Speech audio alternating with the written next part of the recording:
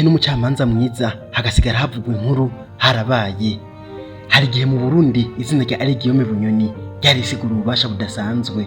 Yari umuntu ashobora gufata ingingo zikomeye cyane, umuntu atinya bake kandi umuntu yubahirizwa na benshi. Ariko mu kanya gato ibintu birahinduka cyane. Byandi bavuga ngo intare yapfuye irutwa n'isazi hema. Abahora bamufukamira basigara bamwitambako. Bunyoni yari rwego hejuru cyane, yaraje gufatwa nk'umunyabyaha. None ibintu byagenze gute? Ninde yatumye agwa? Ibanga yishima ifungwa ryiwe. LifeStory ntibisanzwe, inkuru ubuzima n'amateka. Kora subscribe twinjiye nido mu nkuru iramvuye.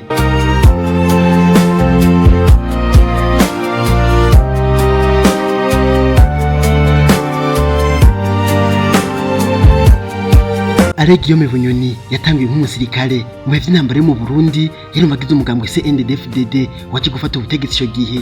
Yagera azamuka buhoro buhoro aba mu nzego z'umutekano, aba umukuru w'igipolisi, ikaba n'umushikiranganje w'umutekano.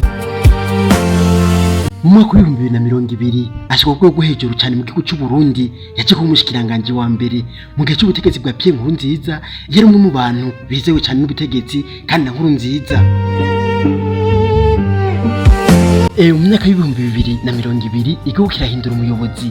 Evariste Ndayishimiye afata ubutegetsi. Mu ntango ibintu byari bisa neza cyane, ariko buhoro buhoro harabihinduka zitangura kwibonekeza. Aha twavuga nko kurwanya ibiturire, gushyira imbere discipline mu bategetsi, guhindura uburyo igihugu kiyobogwamwo. Mbere benshi batangiye guha icyizere umukuru w'igihugu Evariste Ndayishimiye kwaje guhindura ibintu. Ibintu byatera ubwoba abategetsi benshi. Iyo byose byatangura gutuma bamwe mu bategetsi, bamwe abantu bakomeye cyane batangura gutakaza ububasha bwabo, turavuga inguvu. Bamwe bari barigize agakomeye, babandi bari bigize abantu badahogwa ko, batangura kubona ko byose bishoboka. Haje umuyobozi mushasha Evariste Ndayishimiye, ishizire mu banyagihugu arakigwiza. Abanyagihugu batangura kumwizera ku buryo bwo hejuru. Ikintu cyaje gutangaza benshi, cyateye ubwoba benshi mu bategetsi kandi mu banyagihugu. Mu mwaka wa 2022 ibintu byarahindutse cyane. Bunyoni yaje kugwa ku mwanya w'umushikiranganje wa mbere. Nta mpamvu zatanzwe, ariko byateye amakenga benshi. Batangura kwibaza yuko byaba ari ibintu bisanzwe ko nyine umuyobozi ahindurwa, cyangwa yuko hari ikibazo gikomeye kiri inyuma yavyo.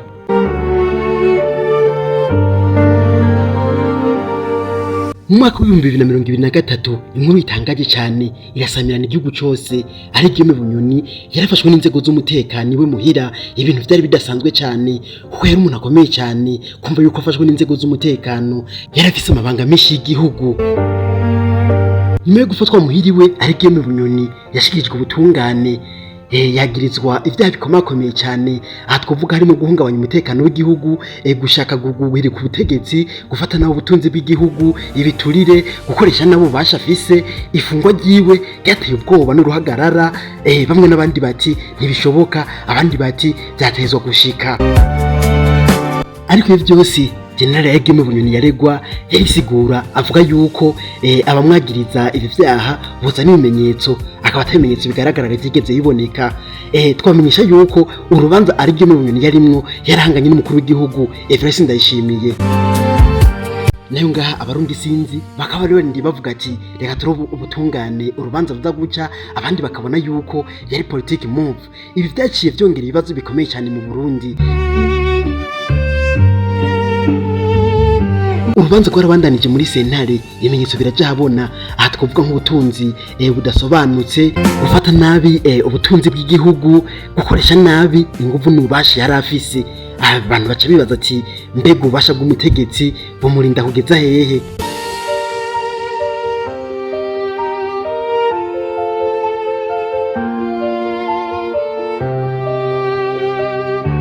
Urubanza rumaze kuja mu mwihwezo, Bunyoni yaciwe igihano cyo gufunga ubuzima bwiwe bwose. Ibi byaciye bihindura amateka y'igihugu kuko Bunyoni yabaye umwe mu bategetsi bakomeye cyane bamaze gufungwa mu gihugu cy'u Burundi. Nyuma yo gucirwa urubanza, abanyagihugu basigaye bariyumvira ati none by'ukuri ni ikintu gikuru gitumye apfungwa. Ariko abasanguzi batanga ivyumviro bitatu bikomakomeye cyane.